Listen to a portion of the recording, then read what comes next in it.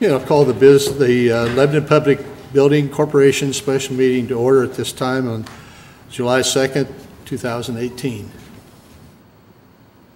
We'll have a call to order, roll call. My name's Jim Urban, I'm with the Utilities. Matt Drury, appointed by the Mayor of Lebanon. Okay, we'll have election of officers at this time. I would go ahead. I nominate Jim Urban to serve as president. Okay, I'll accept that position. Unless anybody's voting against it. Yep, and I would nominate Matt Drury as vice president. And I'll accept that. Thank you. Okay, then we will have a motion for Jim Urban to be the president and Matt Drury to be the vice president. And then there is a vacancy here that the utility board will move to act, and so that vacancy then would take the secretary treasurer. So okay. Can we have a motion, a second, and then a vote? So moved. Second. Okay. All in favor? Aye. Aye. Okay, under new business. Okay, Mr. President, what I'd like to do is have, I think, Ben Bontrager for the city is going to talk about a little bit about this project, and then we'll have Catherine Finello or the mayor fill in some additional information about the financing and details of the project. Good evening. Just here to tell you a couple minutes about the Lebanon Gateway Marketplace project. This is about a plus or minus 24-acre retail development. It's at the southeast corner of Interstate 65 and State Road 32.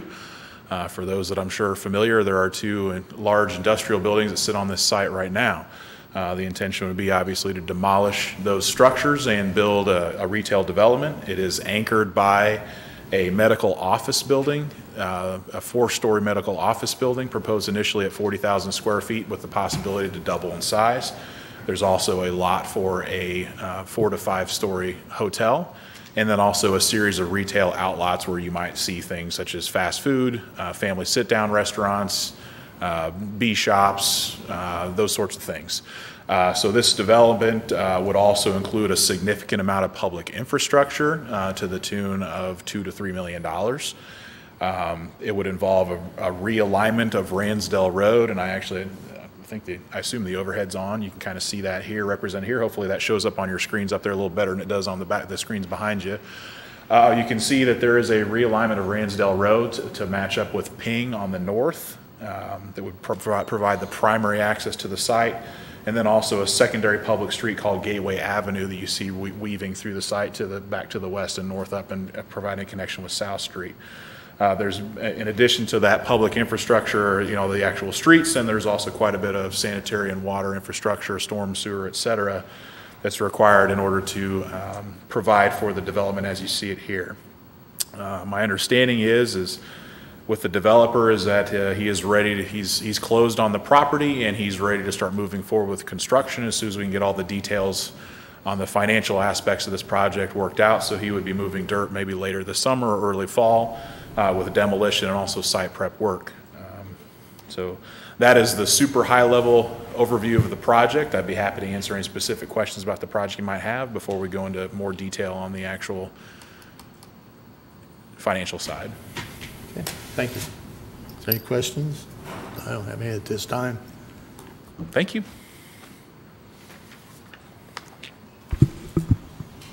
Catherine, do you want to provide some background at least on the financing side of this too? Thanks.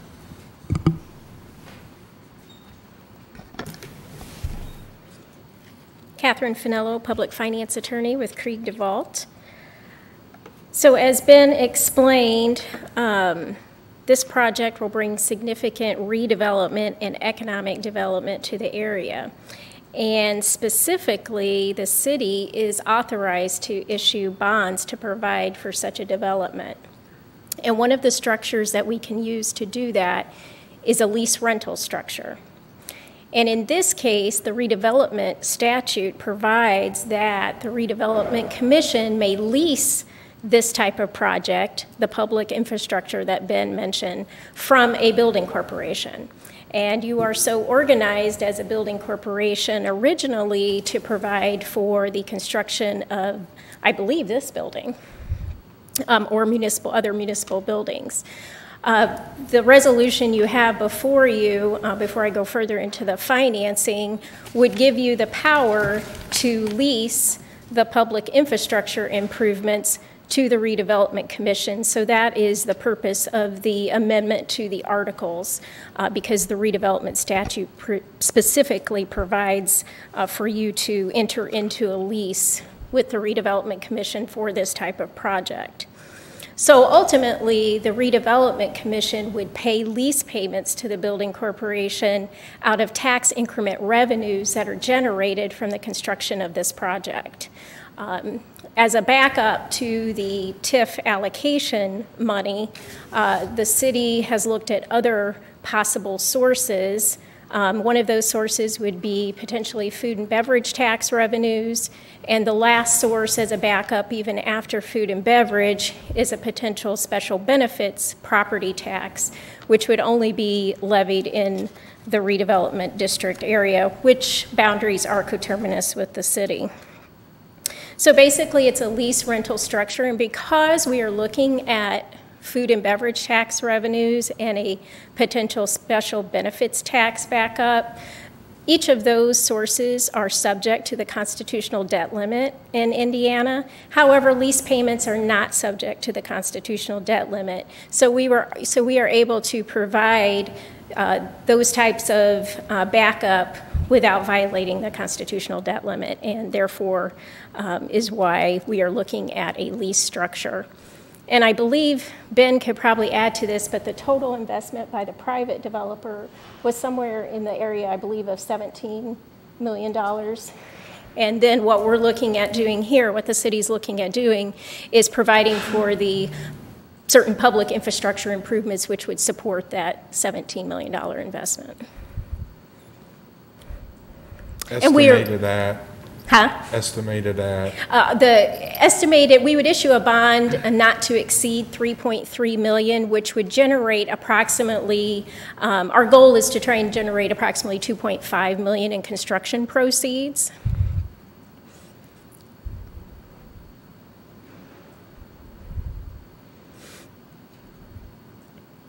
And the annual lease rental payment that we're looking at is not to exceed $300,000. You have a form of lease that I believe we sent out on Friday, along with your other materials, that kind of describes what the lease would look like. We're still working on all of the remaining financing documents that would be presented to the Economic Development Commission. The Economic Development Commission will actually approve a project report and at a later time approve the potential bond issuance. Then it would be approved by the City Council. But ultimately, the city is the issuer of the bonds, and they are going to be providing the bond proceeds to the building corporation to allow for construction of the project.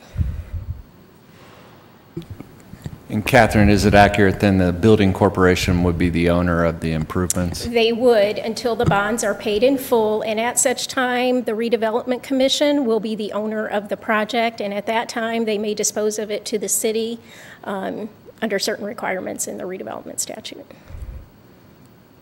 Or they can keep it and continue to add on. Clear as mud. Any questions for Catherine? Okay, thank you, Catherine. All right. Mayor, you want, yep. Yeah, I just wanted to say, you know, since I came in as mayor, people have always talked about how do we get more restaurants, more amenities here for people in Lebanon, and you know, this is a key parcel for us, of course, right at 65 and 32. The challenge is we had two very large old buildings sitting there with sometimes a seller that maybe wanted more than what maybe was valued at.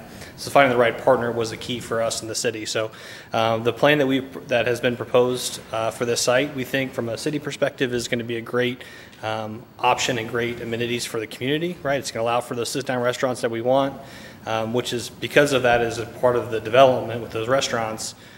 We feel like that's why the food and beverage tax makes so much sense as the funding source for this mechanism, because those buildings that come in for restaurants are going to go right back to pay for the improvements of the road. As we mentioned, it's 24 acres. Right now, there's no internal road system or or utilities for it.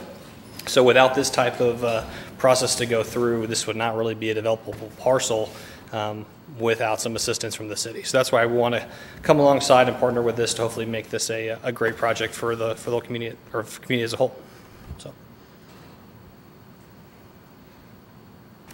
And it's eliminating an eyesore out there too. That's a side benefit as well too. Yep, trying to a couple of birds, one stone.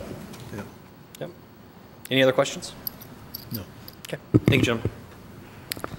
So, Mr. President, what we have before you is a resolution of the special meeting, which, as Catherine indicated, that we're amending the Articles of Incorporation for the Building Corporation. And essentially what this is going to do is amend Section 2.02 of the Articles to specifically provide the following, that we will include assisting the city together with any boards, commissions, special taxing districts, or other instrumentalities with the financing of its local public improvements through the acquisition of existing buildings or other local improvements and land on which it may be located, the acquisition of a site or sites that are appropriate for new buildings or other local improvements, constructing and equipping suitable buildings or other local improvements, renovating or expanding existing buildings or other local improvements, and leasing the same to the city, collecting rentals and applying the proceeds thereof in a manner consistent with Indiana Code 37 or 36-714 25.3. Entirely without profit to the corporation, officers, directors, other than the return of capital actually invested. And then it says, pursuant to Section 6.04 of the Articles, any amendment to the Articles is subject to the approval in writing by majority of the members of the Utility Service Board of the City of Lebanon, Indiana. And that is something that was established when this building corporation was initially set up. So what we are asking is for a motion on this resolution that's before you. Mr. President, I'll make a motion to accept the resolution as presented. I'll second that. All in favor? Aye. Aye. Motion carried. Thank you.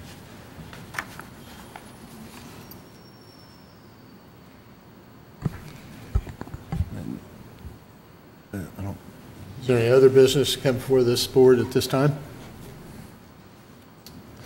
Mr. President, I think the one thing that Ms. Fenella talked about is a lease that was circulated. That'll come before this board at a later time, but just to make the two of you aware of. And then additionally, we'd likely see or may see the appointment of the third member by then. Okay. Is there any other business to come forward? Then I'd accept motion to adjourn. So moved. Second. All in favor? Aye. All. Aye. Motion, meeting is adjourned. Thank you.